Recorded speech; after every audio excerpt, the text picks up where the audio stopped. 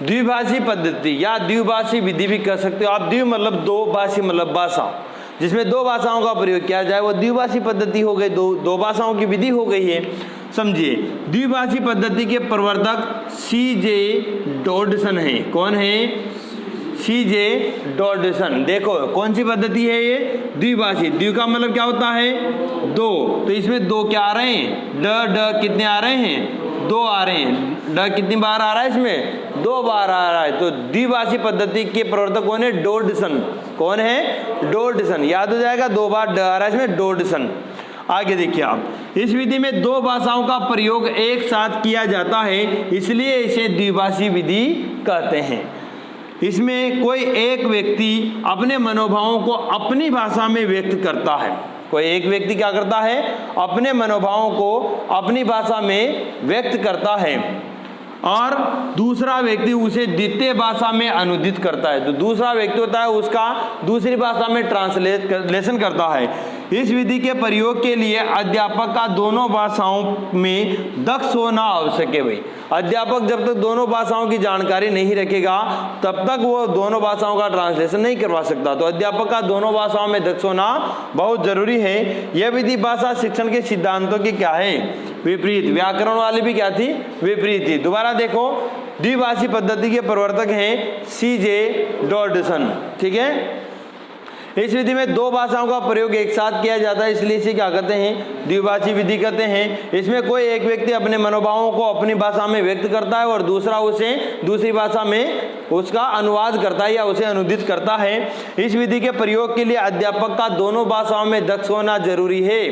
अध्यापक को दोनों भाषाएं आनी चाहिए, उसको बढ़िया, दक्ष मतलब बढ़िया, कुशल हो, दोनों भाषाओं का प्रयोग अच्छे से कर जानता हो, तभी वो इस विधि का अच्छे से प्रयोग कर सकता है, अन्यथा नहीं कर सकता। यह विधि भाषा शिक्षण के सिद्धांतों के क्या है? विपरीत है। आइए थोड़ा और लिखते हैं आगे। इसमें द्विभाषी पद्धति में आगे देखिए आप कि भाषा शिक्षण के सिद्धांत के विपरीत है। ये लिखा था भी आपने, तो क्यों है? देखो आप कि भाषा शिक्षण के सिद्धांत के अनुसार किसी भी भाषा का ज्ञान देते समय अन्य भाषा का सहयोग नहीं लिया जाता, जबकि इसमें लिया जा रहा है। जैसे आप अपनी अंग्रेजी सिखा रहे हो तो उसमें हिंदी जो मातृभाषा है उसका भी प्रयोग किया जा रहा है, उसका सहयोग लिया जा रहा है।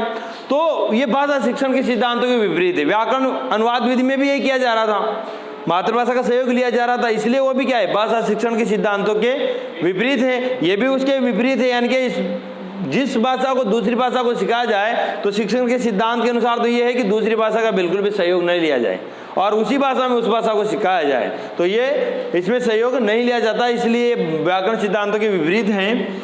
यह विधि रसानुभूति, भावानुभूति न करवाकर केवल अर्थानुभूति करवाती है। रस की अनुभूति भी नहीं करवाती है विधि, भाव की अनुभूति भी नहीं करवाती, केवल अर्थ की अनुभूति करवाती है।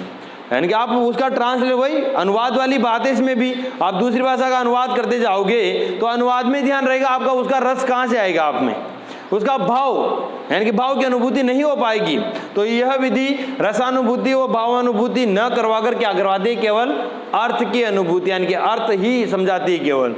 इसके माध्यम से भाषाई दक्षताओं का विकास नहीं होता। देखो नहीं नहीं नहीं लगा हुआ है। क्वेश्चन ऐसे भी आ जाते हैं कि द्वितीय भाषा पद्धति का के संदर्भ में निम्न में से असत्य कथन है, असत्य कथन है, तो ये नहीं आते हैं, आप चक्कर बढ़ जाओगे ना, हाँ वो खान कहा तो यहाँ देखो ज्यादातर नहीं आ रहा है, ध्यान रखना। तो इसके माध्यम से भाषाई दक्षताओं का विकास नहीं किया जा सकता है। यह विधि व्याकरण अनुवाद विधि, यह विधि व्याकरण अनुवाद विधि तथा प्रत्यक्ष विधि को जोड़ने का कार्य करती है। सीटेट परीक्षा में पूछा जा चुका है कि व्याकरण अनुवाद विधि और प्रत्यक्ष विधि को जोड़ने वाली विधि कौन सी है, तो आप बताएंगे द्विभाषी पद्धति। कौन सी? द्विभाषी। तो द्वि से आप दो याद रखें, तो दो विधियों को जोड़ने का काम करते हैं द्विभाषी पद्धति। ऐसे भी याद रख सकते हैं अपन कि द्विभाषी पद्धति में द आ रहा है, द्विभाषी, और द्विभाषी पद्धति का मतलब दो होता है, तो ये दो विधियों को जोड़ने का काम भी करती है। कौन सी पद्धति? द्विभाषी पद्धति। और कौन कौन सी विधियों को? व्याकरण अनुवाद विधि और प्रत्यक्ष विधि को जोड़ने का काम करती है। फिर देखो दोबारा कि भाषा शिक्षण के सिद्धांत के अनुसार किसी भी भाषा का ज्ञान देते समय अन्य भाषा का सहयोग नहीं लेना चाहिए। अगर सहयोग लिया जा रहा है तो वो शिक्षा यानी कि भाषा शिक्षण के सिद्धांतों के विपरीत विधि मानी जाएगी। यह विधि रसानुभूति करवाती है? हाँ, नहीं करवाती है। वहाँ आ जाए करवाती है, डायरेक्ट सीधे रसानुभूति करवाती है। अब असत्य कथन छाटो तो वही निकलेगा असत्य कथन। यह विधि रसानुभूति नहीं करवाती, भावानुभूति भी नहीं करवाती, केवल अर्थ की अनुभूति करवाती है। इसके माध्यम से भाषाई दक्षताओं का विकास नहीं हो सकता। यह विधि व्याकरण, अनुवाद विधि और प्रत्यक्ष विधि को जोड़ने का काम करती है। व्याकरण, अनुवाद विधि और प्रत्यक्ष विधि को जोड़ने वाली विधि है वह द्विभाषी पद्धति या द्विभाषी विधि। ये भी खत्म हो गई।